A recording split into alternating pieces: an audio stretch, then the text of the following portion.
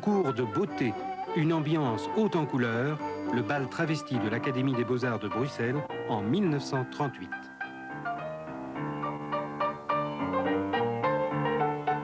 Visé sous l'occupation, une passionnante chronique réalisée de 1940 à 1945 par Pierre Gallet. Mon père filmait lui-même, bien sûr. J'assistais parfois lors des prises de vue, où il me racontait lorsqu'il rentrait, tiens, aujourd'hui j'ai pris ceci, j'ai pris cela. Le film a été tourné depuis le 10 mai 40 jusqu'à la libération, jusqu'à la victoire d'ailleurs. Mon père était revenu à Visé. Il est venu chercher mon grand-père, son père, donc, qui n'avait pas voulu quitter la maison. Il a traversé le pont. Un lieutenant lui a dit « Attention, nous allons le faire sauter, dépêchez-vous ». Il a pu repasser avec mon grand-père et c'est alors que le pont a sauté. Tous les habitants sont partis, vu le précédent de 1914 où la ville a été détruite complètement. Nous avons été pris pour cible par un avion allemand. La voiture était couleur armée, la remorque idem. Il nous a foncé dessus. Grâce à ce que nous avions perdu une roue de la remorque quelques minutes avant, l'avion volait trop vite et nous avons échappé. Vous aviez quel âge à l'époque? 10 ans. Oui, c'était hier. Le 10 mai, nous sommes partis en direction de Ouillère, près de Pérué, en attendant que ça se termine, que la guerre cesse. Ensuite, le 17 mai 1940, vu l'approche des troupes allemandes, nous sommes partis plus loin, dans le massif central de la France, en Corrèze, près d'Argentat, où nous connaissions des personnes.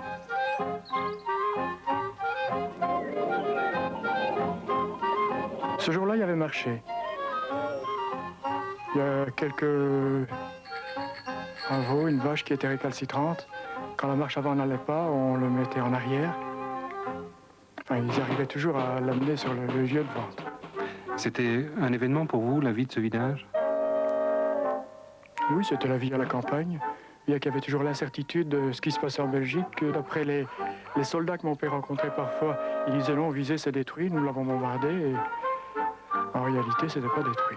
Nous avons récupéré notre voiture qui était réquisitionnée par l'armée française et nous sommes revenus en 6 jours, dont 5 nuits à la Belle Étoile, dans des colonnes de réfugiés, qui étaient suivis par des voleurs, des escrocs, il y avait de tout. Certains nous ont peint un écusson rouge et blanc sur la voiture, ils se faisaient payer. Ils disaient que sans cela, nous ne passerions pas la zone de démarcation. Les Allemands ne nous laisseraient pas passer. À notre grand étonnement, et à celui des Allemands, ils nous ont demandé vraiment « Mais qu'est-ce qui se passe? Vous avez tous un écusson rouge et blanc sur vos voitures, qu'est-ce que c'est ?» Et c'était des types qui portaient des brassards, qui voulaient peindre sur les voitures, emprunter les vélos, ou bien la nuit, qui ont dévalisé mon grand-père, par exemple. Alors on revient. Voilà la barque qui servait à passer l'eau en attendant le pont provisoire. On tirait un câble avec une espèce de cale en bois qui coulissait le long du câble et on propulsait la barque comme ça. Naturellement, les gosses, à l'époque, on était tout fous de tirer au câble.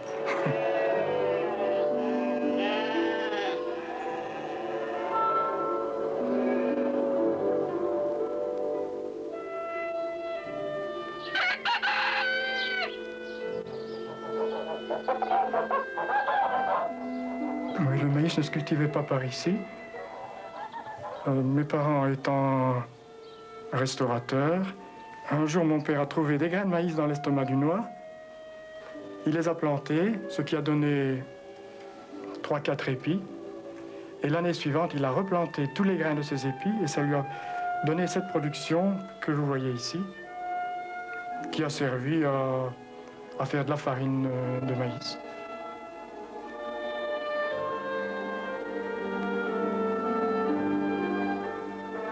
Distribution de timbres. Qui se faisait à l'hôtel de ville. Il y a encore la plaque Gemeindehaus au-dessus. L'arrivée des timbres dans une voiture de la gendarmerie, parce qu'on volait aussi les timbres de ravitaillement à l'époque. Nous étions maintenus devant l'hôtel de ville et on laissait entrer des petits groupes d'une dizaine de personnes à la fois, pour éviter l'encombrement à l'intérieur et aussi pour une question de sécurité. parce que la gendarmerie avait peur qu'on ne vienne voler les timbres. C'était pendant les vacances, j'étais dans le restaurant, à la maison. Et tout d'un coup, il se passe quelque chose sur la rue. Il y avait un vacarme, un tohu-bohu incroyable. Mon père nous a envoyés derrière. Il a dit, attention, si on tire, c'est nous qui allons recevoir les balles. Moi, je file en haut, je vais filmer. Nous sommes au coin de l'avenue du Pont et de la rue des Récollets et rue de la Station. Il y a eu un raid au bureau des postes, un hold-up. Les participants au hold-up faisaient tous partie de l'armée secrète. Et nous avions été avertis qu'une somme importante serait déposée à la poste par un des facteurs de la poste. Ce que nous n'avions pas prévu, c'est que le percepteur des postes donne l'alarme. À ce moment-là, on était en plein hold-up, c'est-à-dire que moi, j'étais en couverture. Les gens qui étaient là en plein hold-up ont eu le temps de récolter entre 12 et 13 000 francs et quelques cartes postales, puis sautent enfouis. Or, nous avions été amenés par un camion de l'administration communale d'Herstal, un camion de voirie, dont le chef de garage de l'administration conduisait lui-même le véhicule. Et quand les gens qui avaient fait le hold-up se sont présentés devant le véhicule pour s'enfuir, le véhicule, qui était un véhicule à gazogène, n'a pas démarré. Alors à ce moment-là, c'était chacun pour soi et Dieu pour tous. Et alors Jasinski s'est précipité dans des jardins à côté de l'hôtel. Et quand nous avons vu que la gendarmerie récupérait Jasinski, nous étions tranquilles. Parce que quand nous organisions un hold-up, nous avions un député permanent qui intervenait auprès de l'avocat général, qui lui prévenait, quand c'était possible, les autorités locales du fait qu'un hold-up serait pratiqué, mais que c'était un hold-up régulier, pas du banditisme.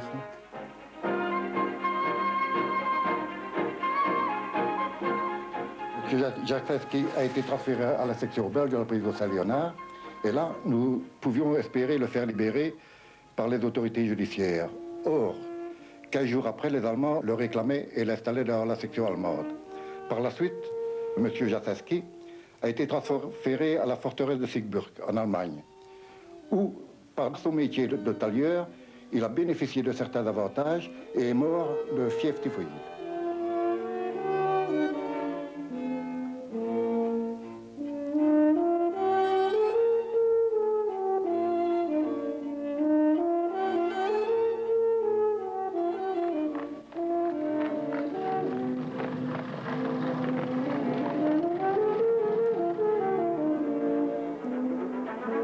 L'hiver 41-42. Je crois que c'est le plus rude de toute la guerre.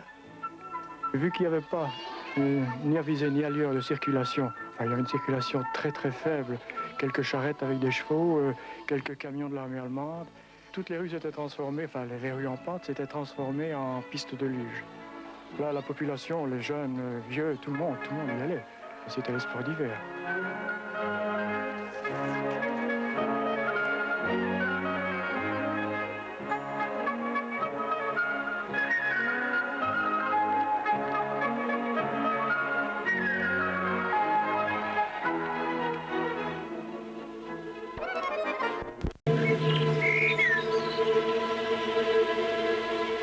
En règle générale, surtout en 1943, les champs de céréales et les champs de pommes de terre étaient gardés par la police communale quelques jours avant la récolte, pour ne pas qu'on aille les voler ou foutre le feu. Lorsque le blé était récolté, les fermiers laissaient une partie de la récolte sur le champ. 3 policiers et le commissaire maintiennent la foule des glaneurs. Là-bas, il en laissait plus que de coutume, enfin, il en laissait volontairement. Tout ce qui restait dans le champ était à la disposition des glaneurs, des glaneuses. C'était un don, si vous voulez, à la population de la part du fermier.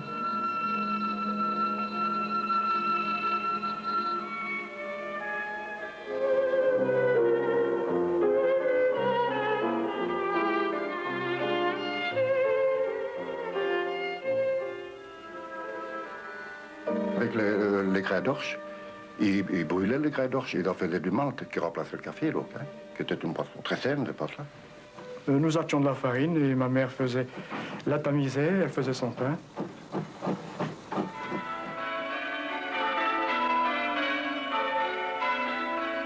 Le lundi de Pentecôte 1944, on a descendu la statue en procession dans la ville pour demander la protection des habitants et de la ville. À cette époque, on bombardait, par exemple, juin 44, mais surtout, on bombardait beaucoup les ponts de chemin de fer, les gares de triage, les ponts-routes aussi. C'était juste avant le débarquement, et tous les objectifs militaires étaient visés. Et comme à viser, nous étions visés aussi, alors.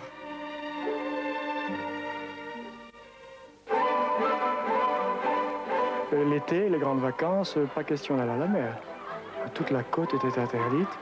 Et alors, toutes les personnes des environs se rendaient à l'île Robinson à Visé. Il y avait énormément de monde.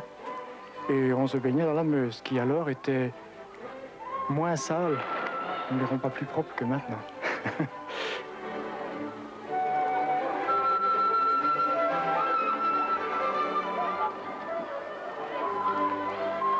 Le 18 août 44, imprudent comme tout le monde, à peu près beaucoup de jeunes l'étaient, nous étions sur l'île Robinson en train de nager. Et on a été surpris par des vagues de bombardiers B-17 américains. On ne savait pas s'ils lançaient sur visée, mais on s'est aperçu que directement que les bombes descendaient, ça a été la panique la plus sensationnelle. C'était bondé de monde, on a couru. Moi-même, personnellement, je me suis sauvé. J'ai essayé de me sauver en périssoire avec mes 2 paires de pagaies. En appelant ma sœur, je dis viens vite, on fout le camp. Je suis arrivé à la périssoire, il me restait une seule pagaie. J'étais déjà tombé plusieurs fois étendu par le souffle des rafales de bombes. Et j'étais pris par un pied, par un copain qui m'a traîné sous le hangar au périssoir.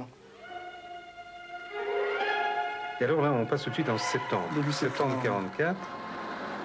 Des bus parisiens qui ont été réquisitionnés, enlevés par les Allemands. Et alors, ils passaient avec des bus, des charrettes, des vélos, de tout ce qui roulait.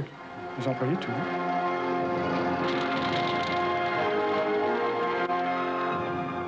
Détruisirent tous les ponts. Le pont provisoire en bois qu'ils ont fait sauter la veille de leur départ.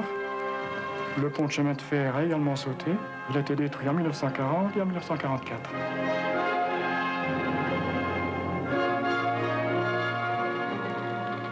Ils ont incendié le casino, un établissement qui était inoccupé et dont ils se servaient pour la réparation de camions, garages, etc. C'est reconstruit, c'est une école maintenant. Les Allemands ont quitté ici le 10 septembre au soir, ils sont partis. On apprenait que des villes qui se trouvaient plus à l'est étaient libérées. On disait, mais pourquoi est-ce qu'ils ne viennent pas ici? Le 11 septembre, nous avons reçu 800 obus de 105 d'artillerie américaine qui pensaient ou qui avaient été mal renseignés, disant qu'il y avait 5000 Allemands visés. Et le 12 septembre au matin, l'infanterie américaine est entrée dans Visé. Les premiers, il valait mieux ne pas risquer de les filmer parce qu'ils étaient sur leur garde, ils se méfiaient, ils avaient peur des tireurs isolés. Et ils auraient déjà déchargé leurs armes à coup sûr sur le caméraman. Et la population elle-même. La population était méfiante au premier moment. Certains sont sortis, ça dépendait où ils se trouvaient, certains sont sortis et criaient. On entendait d'ailleurs les cris, nous étions toujours dans la maison, ce n'est qu'après, si vous voulez, pour les deuxièmes qu'on est sortis.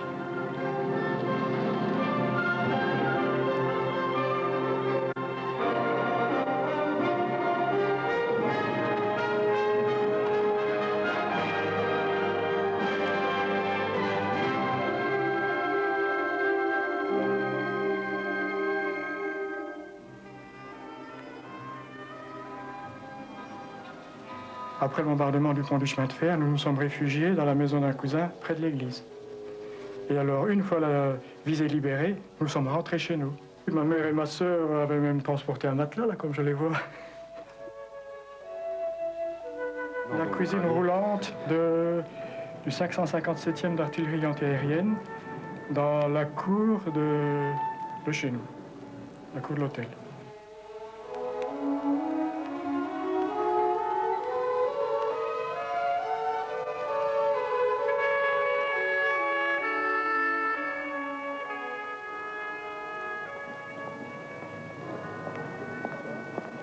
La plupart d'entre eux sont tombés au cours d'engagement, à quelques heures à peine de la libération. Unis dans la lutte, frères au combat, ce sont les amis et les compagnons qui les portent en terre. en veillant à respecter les convictions politiques, philosophiques ou religieuses des familles. Certains prendront le chemin de l'église, où l'office est parfois troublé par des incidents inattendus.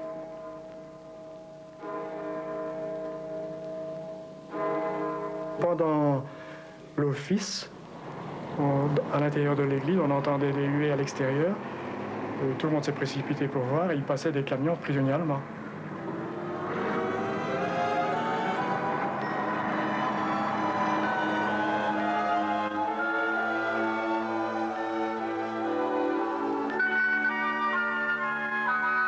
D'autres camarades conduiront en terre leur ami disparu dans le recueillement douloureux des familles. Et c'est dans le même cimetière de Visé qu'ils reposeront côte à côte, comme dans les combats.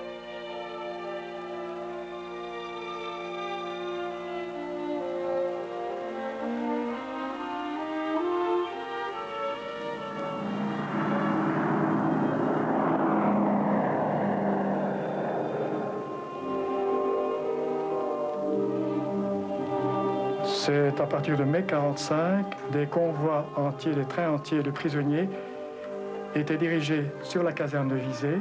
Visé est la première ville frontière. Et tous leurs occupants se rendaient à la caserne pour être, je suppose, enregistrés, triés.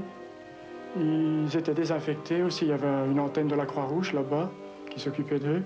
Et ils regagnaient leur pays d'origine parce que vous aviez des Français, vous aviez des prisonniers anglais dedans, il y avait de tout.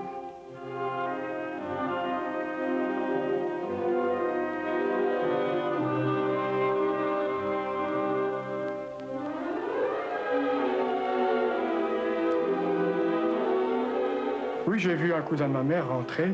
Il est passé devant chez moi dans un groupe de prisonniers. J'étais sur le devant.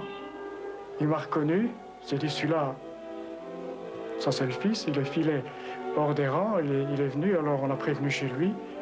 Il a pris un bain et mon père l'a accompagné avec un taxi chez sa femme. Donc chez sa femme, sa mère, toute sa famille, il l'a retrouvé. Il y avait 5 ans qu'il était parti. Sa fille avait, je crois, 1 an en 1939 ou 40. Alors elle avait 6 ans là-bas, elle avait changé, elle ne reconnaissait pas son père. D'ailleurs, vous voyez, elle est dans ses bras. Elle apprenait à connaître son père. Là. Beaucoup de monde allait voir à la gare, attendait, mais vous savez, il en passait tellement. Quand ils revenaient les prisonniers de l'endroit, et les personnes les avaient attendus en vain à la gare, mais je crois qu'ils arrivaient chez eux sans prévenir la plupart du temps.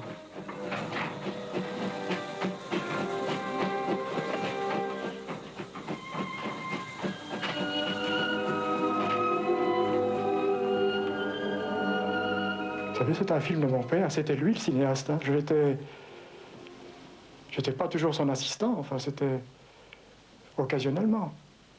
Lui pourrait vous raconter, il aurait pu vous raconter plus en détail tout ce qu'il avait passé.